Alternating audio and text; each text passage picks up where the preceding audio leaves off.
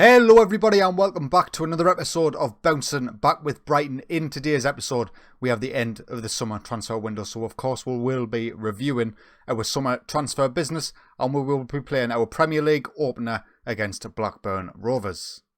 So the summer transfer window is over and it has been a bit of a frustrating one. I went in with full intentions of absolutely blowing me load, selling a lot of our players who've been here quite a number of years now, clearing up foreign player space for new players, but it just didn't happen.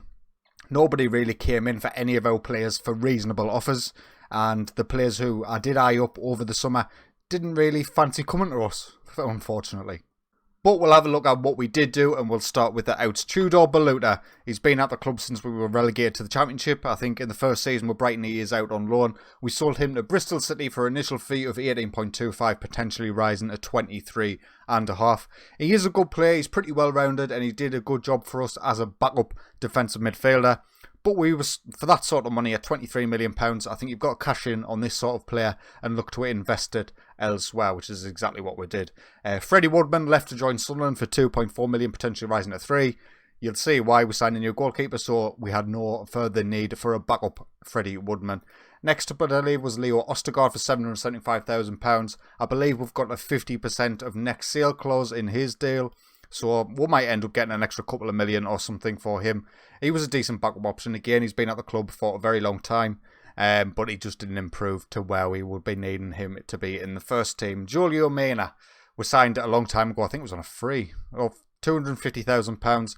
He was a striker with a little bit of potential, but after a couple of seasons on loan at Vallecano, he hadn't really developed that well. And same as Leo Ostergaard, we have a 50% sell-on fee for any future sales. He still looks like a pretty well-rounded player at only 19 years old. He's still got plenty of time to grow as well. We'll see if he does anything at Fulham. In terms of anybody else that left, all these frees were all just youth players. Alan Maciel we signed for, I think it was like 7 million, 3.5 million. He spent last season on loan at Racing Club. He's spending this season on loan at Olympic Marseille for a £2.4 million loan fee. Gonzalo Ramos has joined Schalke for £160,000 per month. Johan Hernandez has joined Inter. Emmanuel Letieri has joined Leon. Our Romanian right back, who I did have visions of being a first team player this season, he's joined Porto on loan. Jose Mesquitas went out on loan to Sevilla. Mark Rigetti's went out on loan to FC Augsburg, and a lot of other players went out on loan, particularly our youngsters. The likes of Julian Navarro, defensive midfielder, I have high hopes for. If he gets first team football at Porto this season, only being 18 years old, will be absolutely massive. Victor Mejia, I wanted him to stay in Europe, but I couldn't get the loan deal. Honestly, everyone was offering backup or rotation options. Only Junior was offering a first team spot.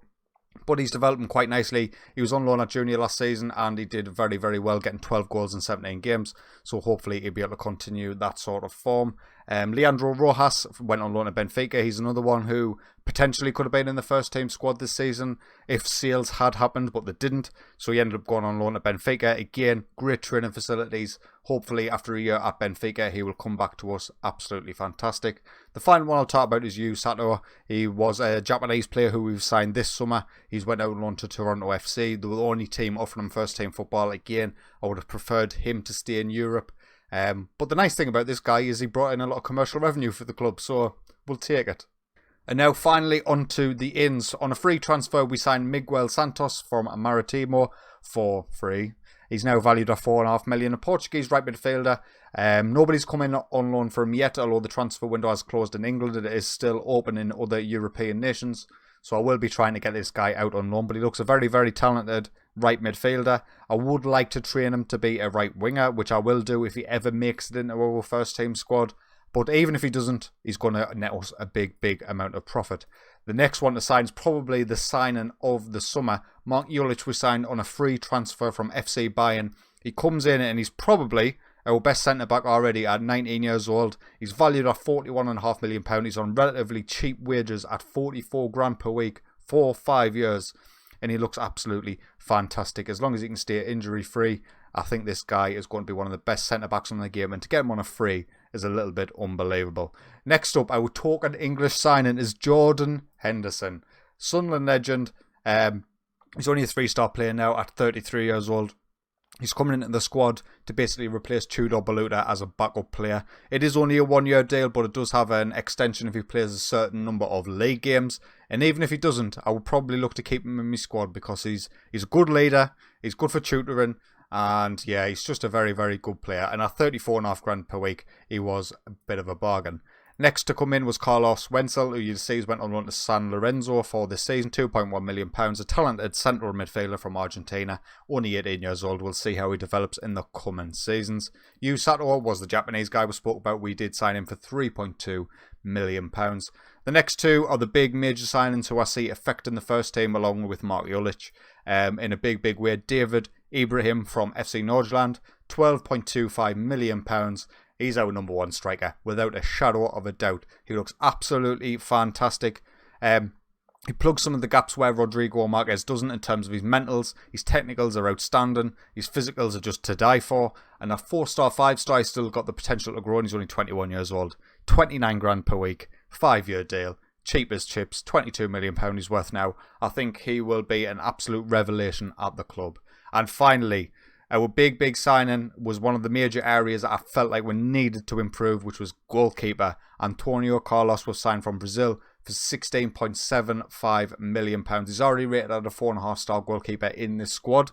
This means Jack Butland will be dropping down to being a backup goalkeeper. We'll see how we manage that over the course of a season. But he looks absolutely fantastic at only 18 years old. Plenty of potential to grow. He's going to be chucked straight into the first team, get as much game time as possible, and we'll see how he becomes probably one of the best goalkeepers in the world, in my eyes. And after all that business, that leaves us still sitting on £136 million in the transfer kitty with £400,000 available in the wage budget. A couple of other things happened during the summer. Some things just annoyed the hell out of me. Ryan Gravenberch, he was interested in joining Manchester United. They came in with an offer.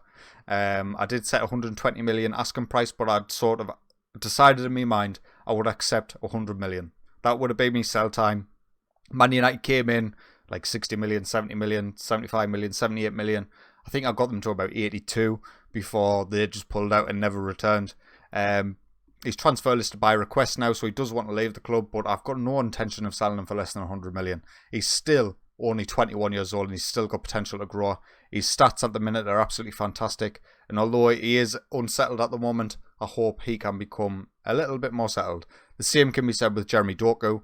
I was prepared to sell both of them. Honestly, I already had me replacements lined up. I've got him set as not needed. He is needed.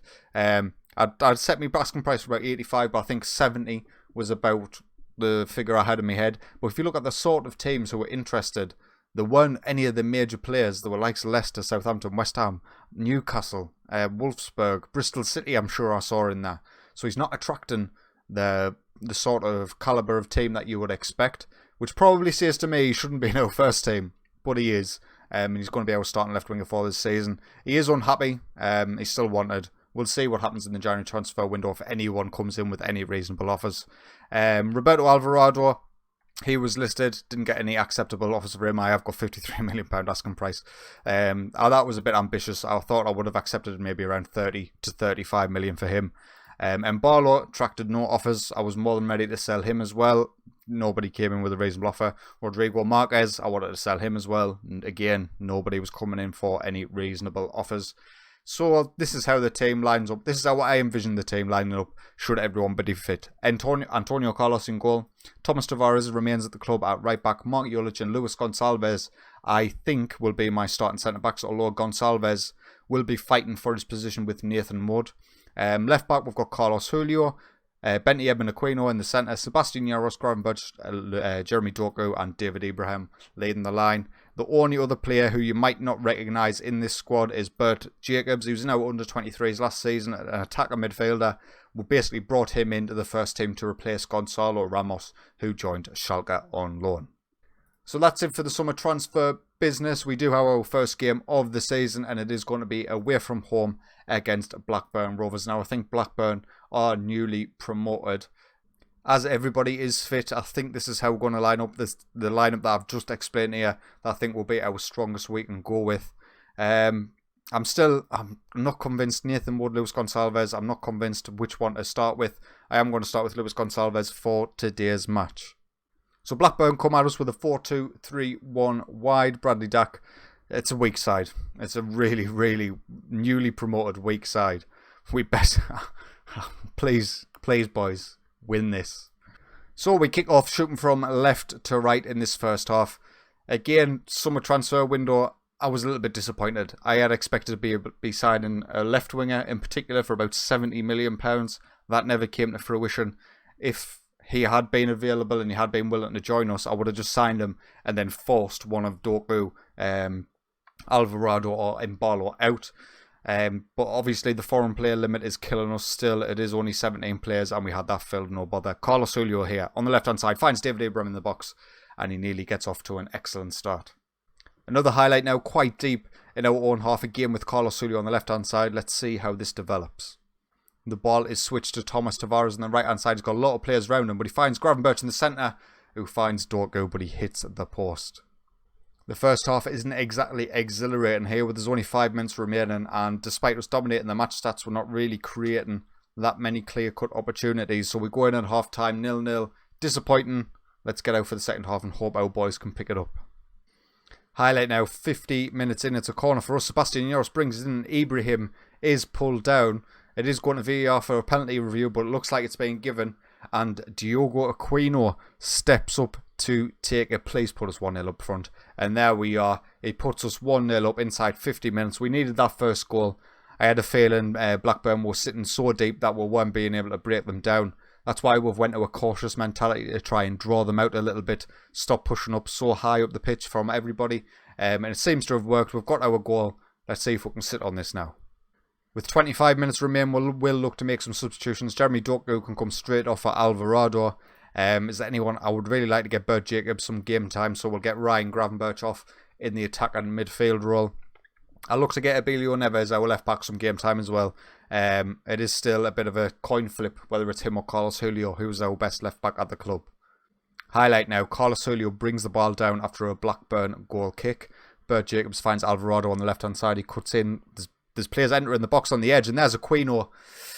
Nearly gets his second goal of the game. I wouldn't mind another one just to calm things down a little bit, but there is another throw-in deep inside Blackburn's half. Alvarado's in the box, takes a strike, and he gets on the pitch and he gets his goal. He always seems to, Alvarado. He is a performer. You know, he's probably deserves a starting spot over Jeremy Doku in my mind. Why don't I do it then? I am in control. I like Jeremy Doku as well, you know. But there we are, 2-0 up, first goal of the season for him. Assist from Hassem Bentieb. And at 2-0 now, we're probably pretty safe. With 15 minutes to go, here is another highlight. Lukaku picks up the ball for Blackburn and he's driving. Our boys cannot keep up with him, which is a little bit worrying. He drives about 70 yards down the pitch without a challenge in. Bradley Dack switches the play to Baguise, however you pronounce his name. But Carlos Julio nips in and pinches it, and Alvarado now can break. The ball finds its way to Sebastian Yaros on the right-hand side. Back inside to Diego Aquino. Goes for the strike. Oh my god, my game completely froze there. I thought that was hitting the back of the net. That might have been why, but it wasn't. And it goes out for a corner. Must have been a good save by the goalkeeper, but I'll never know. Blackburn break though from this corner. Armstrong's in the box by himself. He tries to find someone at the back post. He gets there. Antonio Carlos. He was offside anyway, but Carlos with a decent save. 10 minutes to go, we will look to make that Abilio Neves change for Carlos Julio at left back.